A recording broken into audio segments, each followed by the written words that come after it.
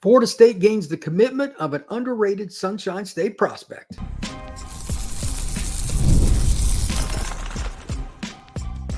You are Locked On Seminoles, your daily podcast on the Florida State Seminoles.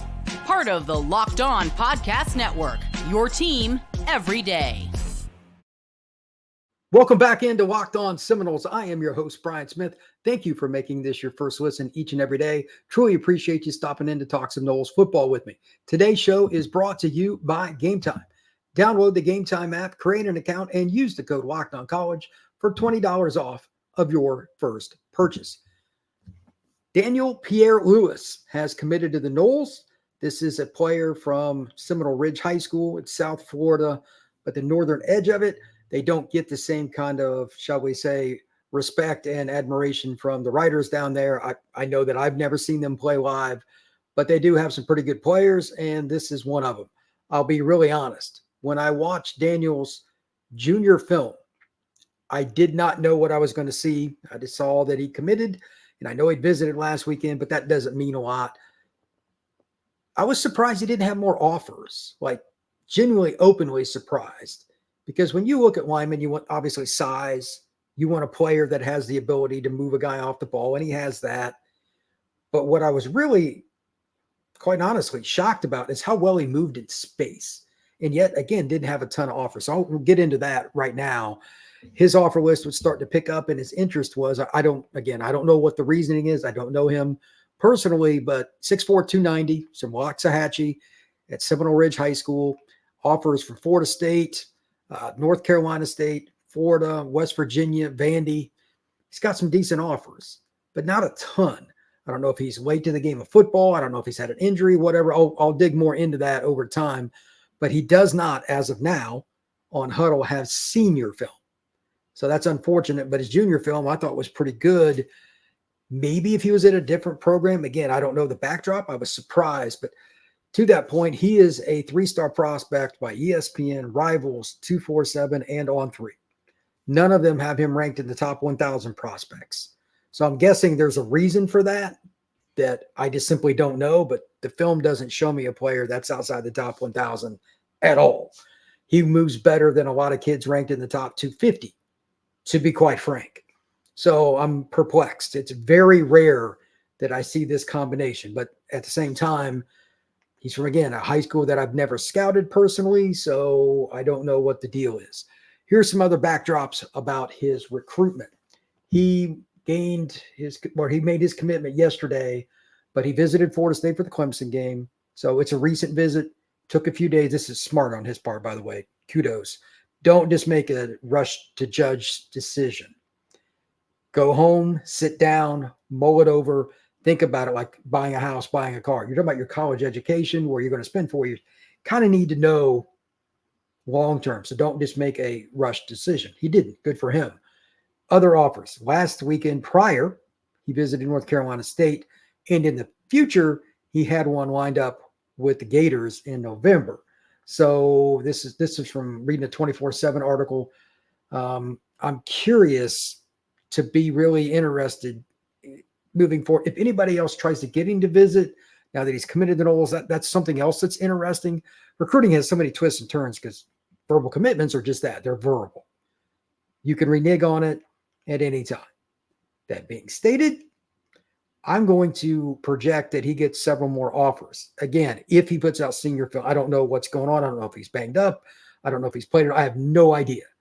But I'm going to look into it because, again, I'm just really surprised. So if this is a young man that has that potential, like I think, and there's nothing going on off the field, I'd be surprised if he doesn't get several more. You could never have enough good offensive linemen that have this kind of skill set athletically. And again, he's got power too. He's not just a guy out in space that's just good in screens and in pass pro. He'll run over a guy. When they ran guard tackle pull and he's playing left tackle, that's also a good sign. Pierre Louis was able to run over some guys. And like when he extends his arm through a guy's chest, they get launched. I don't care if you're playing a power 4 opponent or not. That does show that you have not only athleticism, but you have power through your hips, natural strength in your chest and arms. This is a good sign. He's got good bend. So I'm really interested to see senior film and other maybe workouts, anything else that I can get down the road on Daniel Pierre Louis. I'm intrigued.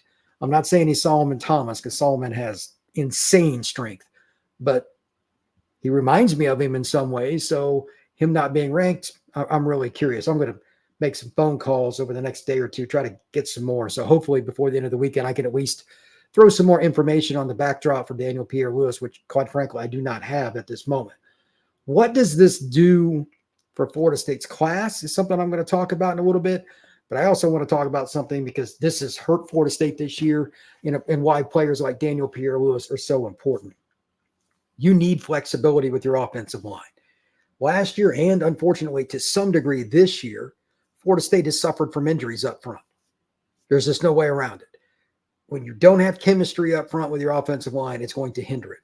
Now, I'm not saying Florida State's coaching and players aren't still at fault for some of their issues. 100%. There's more of that than the injury part. But you need guys that can move in and out. And here's an example. Early has played tackle. He's moved, according to the depth chart at least, we'll see what happens against Duke, to guard this week. Does that mean that he's really a guard or can he play it? We're about to find out. But I think just watching Daniel Pierre Louis, I could play him at guard or tackle. I don't think it's really going to be a huge difference. I don't know his exact arm length, but the way he moves in space, he could at least be serviceable at tackle. And with his natural power, ability to pull, get out in front of a running back, a quarterback on a bootleg, something like that, maybe a screen, he can play inside. It doesn't matter. When you have versatile prospects coming up your roster, especially if you get a bunch of them, some guys pan out, some don't due to injuries, how much effort they have, etc. But you mitigate the chances to be in the situation that Florida State's in right now. This is the kind of kid, and I know I use this reference a lot, but the success is there. This is the kind of player that Bowden recruited, quite frankly, out of South Florida, South Georgia, whatever, for 20-some years conservatively, probably pretty much his whole tenure. I don't know much about his late 70s, early 80s recruiting, but they were still really good then too. So this is the kind of player he got. Now, they coached him up and they earned it. Florida State's offensive line didn't get the credit it probably deserved back in that time. It wasn't like physically dominant, maybe like Michigan was or SC, but they played a different kind of ball and they used athletes and they killed you in the screen game. They killed you with an outside play where the wide receiver get a screen. They were one of the first teams to really do that kind of stuff successfully and consistently. Daniel Pierre Louis fits that. And Norvell's offense does it. So I like the pickup. And I quite frankly, again, I don't have all the information, but just seeing his junior film, this guy fits what you need for a long term from a position, guard or tackle. I don't care where they put him to start. I think he can play either. That's good. Why haven't more guys offered is just perplexing to me, though. So I'll get into that more as we go along. But next up, I want to talk about the 25 class overall for Florida State, kind of break down the positions, a little bit about the ironic nature of the class because they have 12 commits and 4 of them are offensive linemen. That's next at Locked On Seminoles. Have you downloaded the Gametime app yet? If you have not, it's a great chance to get to a concert, to a football game, basketball game, whatever that is that you're trying to do. Here's an idea for you. You can go in and you get some super deals on this, whatever team that you're following or trying to go to. Maybe it's a concert, whatever it is too. Here's an example. You can get what they call the super deal. You can see seats before you buy them. You can go through and get the lowest price guarantees. There are different things you can set up in the app to set it up for you, customize your spot. It's very simple. Plus, I'm not the most patient guy in the world, as I'm sure many of you probably know. I tell it like it is. Well, Gametime allows you to do that too. Type in what you're looking for, pull up that list, you click on a game and a seat, and then your own eyes from your phone can see what it is you're going to be looking at from that spot. Nothing like that. You can guess by looking at some of the maps on some of these different sites, but actually seeing the viewpoint in a concert or seeing the viewpoint at a baseball game to the mound is huge. So make sure you check out Gametime. It's a great opportunity. Take the guesswork out of buying tickets with Gametime. Download the app, create an account, and use code LOCKEDONCollege for $20 off your first purchase. Terms apply. Again, create an account and redeem code LOCKEDONCOLLEGE for $20 off. Download Gametime today. What time is it? Gametime. Florida State's class has been a roller coaster this year, quite frankly. There's no way around that. It has been a roller coaster. They started off pretty good in June. They had some visits a little later in that month, and they capitalized. They got good quality players. But then the season started. They lost a couple key guys, a couple defensive linemen, including one of maybe the best pass rusher in the country in Javion Hilson. So it's really wild to say how this class is going to end up. But I at least wanted to kind of go over the class generically now that they got a couple key offensive line recruits here recently. Been talking a little bit with Mario Nash. This is one of the most odd recruiting years that I've seen for Florida State or any other major football program. But here's what they got. They got 4 O-line commits. They have 1 quarterback, 1 running back, 1 receiver, a tight end, a defensive tackle, a linebacker, a corner, and a safety. So there's balance, certainly, but obviously the numbers are not where they need to be. Several teams have 16, 18, 20 kids already in their class. You get into the quality thing, and that's, might as well go ahead and mention this too, that just want to define this kind of briefly. Every one of the major networks, they calculate classes differently to that point. On3 has Knowles at 18th nationally. They care far more about quality of the player than the volume. Like Rivals 24/7 volume matters just as much, probably. I get that. So while 18th for On3 Rivals has them 36th, 24/7 has them 32nd. So everybody does it different. Just it's a long story on that. But to that point, Florida State still does need more volume, and they need to get to 20. I'll talk about that in a little bit more specifically. But here are the areas that I think they need to hit the most between now and signing day, which for the record is December 4th. Number one, they must hit on some of these defensive linemen. You can't lose 2 defensive linemen that were coveted by everybody. One of them decommitted, is now committed to Texas. The other one could end up at Florida. He could end up, Lord only knows where. Javion Hilson's a really good prospect. He has an offer to pretty much go anywhere he wants, but they also don't have anything else set up that I know of that's like, this kid's coming in, he's a lock. Like, who's the kid that's leaning to Florida State? It's definitive. That's a defensive lineman that's all but imminent going to commit. You'd like to, if you're at a spot, you only got 1 guy committed, you need 4. You need 2 inside, 2 outside, pretty much every class. Where are they with that? Because that's a critical spot. That's something I'm curious about. Second part of it, offensive line. That's a big need. That's the area they have hit. Credit to Atkins and the staff. They've gotten 2 here recently. Pierre Louis, they just got, and Mario Nash. Those are 2 very good players. I think both could play guard or tackle, but I prefer Nash at tackle. I need to see more Lewis. Need to see senior film to know for sure. But athletically, just based on junior film, he can play inside or out. Solomon Thomas, animal. He's a kid that really wants the challenge of playing inside. He loves the physicality of it. Amen to that. So there's one of your power guys. He might be the best pure offensive lineman in the country out of Rains High School in Jacksonville. They're still going to have to hold off teams to keep him, but that's a big-time player. So you're already at 3 really good players. That doesn't count Peyton Joseph, which had offers from schools all over the South, and he's playing at a really good program at Warner Robins. So that 4-man haul is, I'm trying to think, when the last time Florida State had 4 athletes like this group together. I need to see it. If they don't like it, that, that Florida State's getting these kids, these other schools, they need to out-recruit them. This is the one time right now I say Florida State has kicked some butt on the recruiting trail. They got 4 really good offensive linemen. It's not really in question. The film does not lie. So they're doing really good there. And that's a need because they have so many seniors, 5th-year seniors, and even 2 6th-year seniors in the starting lineup, in Darius and Mo. So they're losing a lot of guys. They need to restock the shelves with high school players, and they're doing it. That's the good news. Next, linebacker. Look, they're short on numbers, and it sucks that DJ Lundy's out. That's horrible. I hate that for DJ. But they were going to lose him after this year anyway. From a recruiting, just talking about recruiting standpoint, they cannot have a 1 or 2-man class. They need both of the following things, maybe even with an extra caveat here. They need numbers. They need impact players as well. And they probably need to have extreme balance, meaning like a pure middle linebacker, a pure will, and then that hybrid guy which I think they have already in their class, but they don't have enough numbers there. That is a concern for me. You can't constantly go to the portal and get guys, but I mean, right now, like Ethan Pritchard's really underrated. He plays at Seminole. It's about 30 minutes from Orlando. Very good football player, but they don't have enough guys in general at linebacker on the roster to have one committer right now. That gives me a lot of pause. O-line, D-line, linebacker, you can rank it however you want. Those, to me, were the three biggest needs in this class. One of the spots doing great, and two of them, oh boy, not so sure what's going on there. Moving along, running back, they got Byron Lewis. He's a kid I know well, very talented kid, plays at American Heritage. They're good there.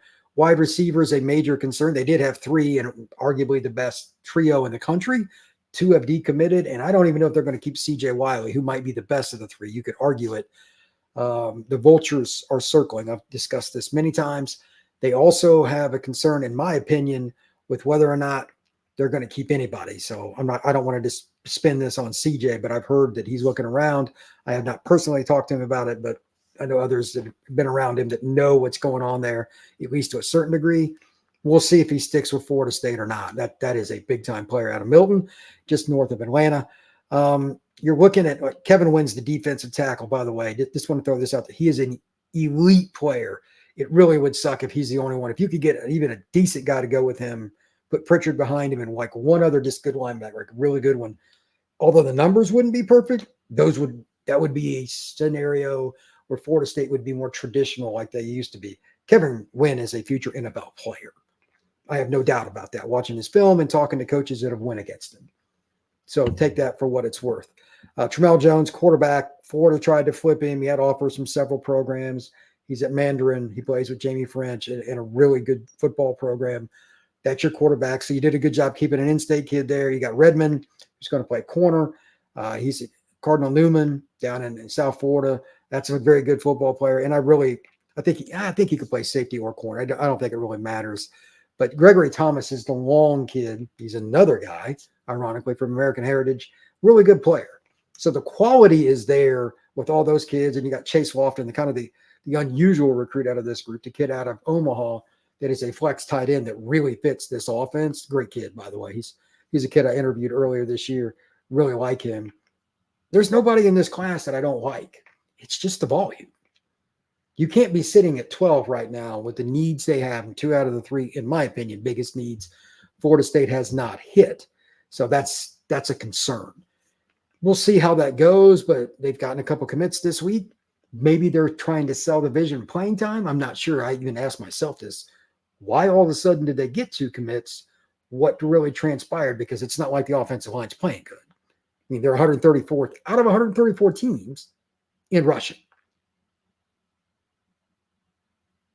That's pretty hard to sell, but playing time is important to some kids, and maybe they think they're going to play early. It would not shock me as Solomon Thomas. Again, he's one of the strongest young men you're going to meet. You shake his hand, you know you've shaken a hand to somebody that's built a little different. All of that together, though, we still sit at 12. It's not enough. Florida State is a long way away from where they need to be. So before I go discuss a little bit about Duke to close out the show, here's a key on a couple of different things. Down the stretch, they got 12. They need to get to 20 minimum. Let's just set that now. No grab bag. They've done a good job of that so far. Like Daniel Pierre Louis is not a kid that's rated real high. I'd care less. He can play. 2, a way to evaluate beyond the recruiting rankings. Who did you beat on the recruiting trail? Did you beat Florida? Did you beat Clemson? Did you beat Georgia? Did you beat Bama? Now, did they have offers? Like, were they being ardently recruited when the young man made his decision? Florida had a visit signed up, and NC State just had a visit with Daniel Pierre Louis. Like, he's being recruited hard. Good sign. Also, balance. They've done it so far. They just don't have the numbers they need. You don't want a class that has a bunch of holes, meaning you sign like 5 receivers, but you didn't get a running back. You only got 1 offensive lineman, which has hurt Florida State of recent times because how poorly they recruited 2021. You need balance. So far, they're doing that. They just need more numbers. So that's good to know.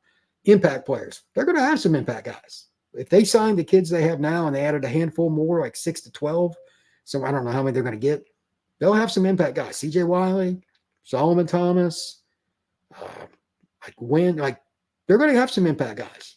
I have no doubt. They still need a few more. We'll see. Needs. This is something I talked about a minute ago. Only one of the three needs right now am I feeling good about. I'd still like another offensive lineman, and maybe they'll get one, but they at least have 4 O-line. D-line, you got one guy. Linebacker, you got one guy. That's not making me feel warm and fuzzy. Finally, again, I think minimum they need to get to 20 in this class, just to reiterate that. Coming up next, we're going to talk a few thoughts about the Duke game from a mentality standpoint. That's next on Locked On Seminoles.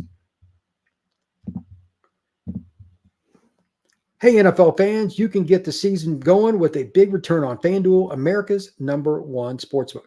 So when you get a hunch in the middle of the game, you can check out the latest stats, view live play-by-play, and so much more on the same page where you place your bets. You'll get started with $200 in bonus bets guaranteed when you place your first $5 bet. That's FanDuel.com.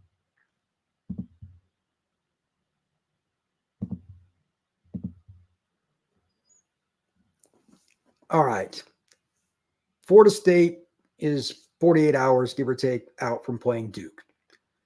I just wanted to give some of my own generic thoughts. I'm going to have my prediction and everything a day early this week because I play on Friday. So today's show just kind of leads into that. There are a few things that I want to see, and this is just personal speculation, some hope, and just curiosity about the passing game and Brock Glenn. It's the most important thing between now and the end of the season. Excuse me. I think Florida State's passing game grew last week, and it's so ironic that I say that with a redshirt freshman, but it did. There was more confidence, not only from the play calling standpoint, but the person behind center making an attempt to push the ball down the field when there were chances there. Now we need to see success. They didn't have success directly because the one they hit, I mean, Benson catches the ball and there's a penalty. And as always, it seems like Florida State shot itself in the foot. This week, we need to see success for two reasons. Number one, you need to win a game. But two, you need to grow the game in terms of how you play from week to week. They can't run the ball. They can't run the ball. So otherwise, you're going to either throw it down the field, make plays, or you're in trouble. Excuse me. So I'm not sure how else Florida State's going to do it. And I keep talking about they need a bread and butter running play, and they still do. But I need to witness that transpiring. So is it too early, realistically, for me or anybody else to say Brock Glenn is going to suddenly throw the football down the field and make big plays? Possibly, if you're talking about from a consistency standpoint.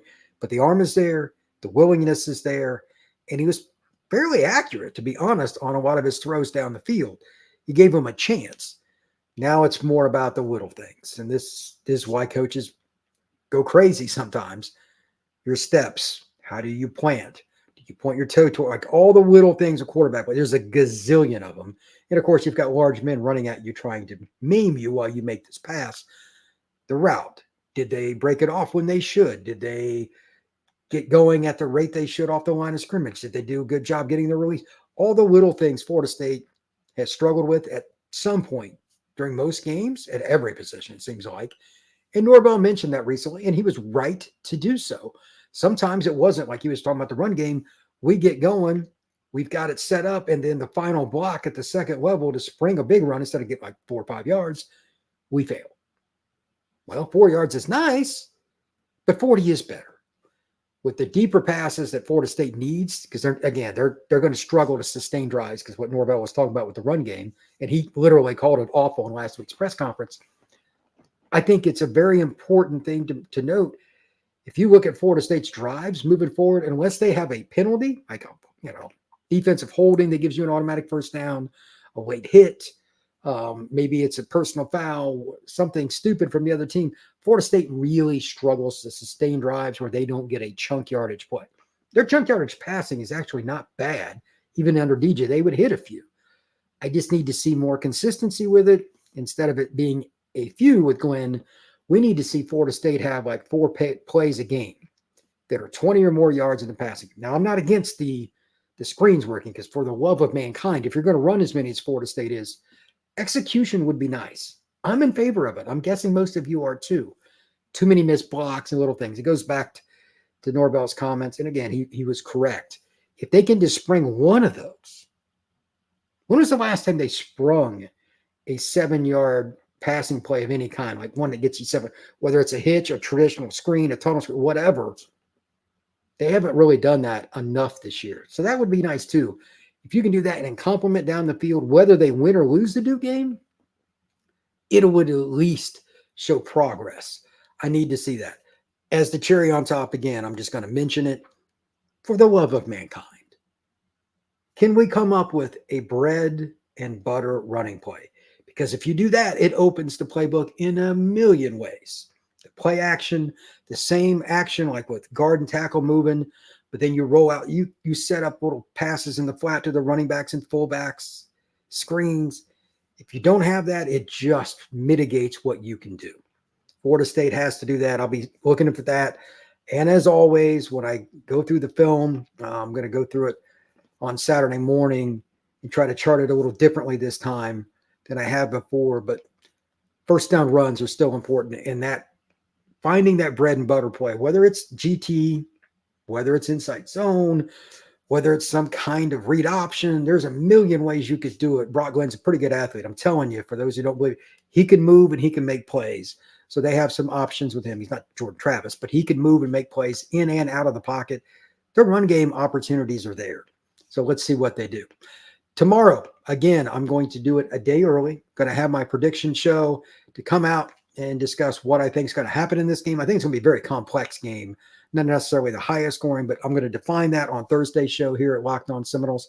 And thank you once again for making this your first listen each and every day. I truly appreciate you stopping in to talk some Noles football with me. Hit that like button, hit that subscribe if you have not already, and share this podcast. Love to hear your comments on the YouTube page. I like that a lot. Finally, after this, go check out my guys, Kenton and that crazy guy over there. You know who he is at the Miami side, but he also runs Locked On ACC. Alex Dono, he's a good dude. Everything that's going on in the ACC, including the Grant Rights and everything else, they cover it. So check out Locked On ACC next. I will see you all on Thursday.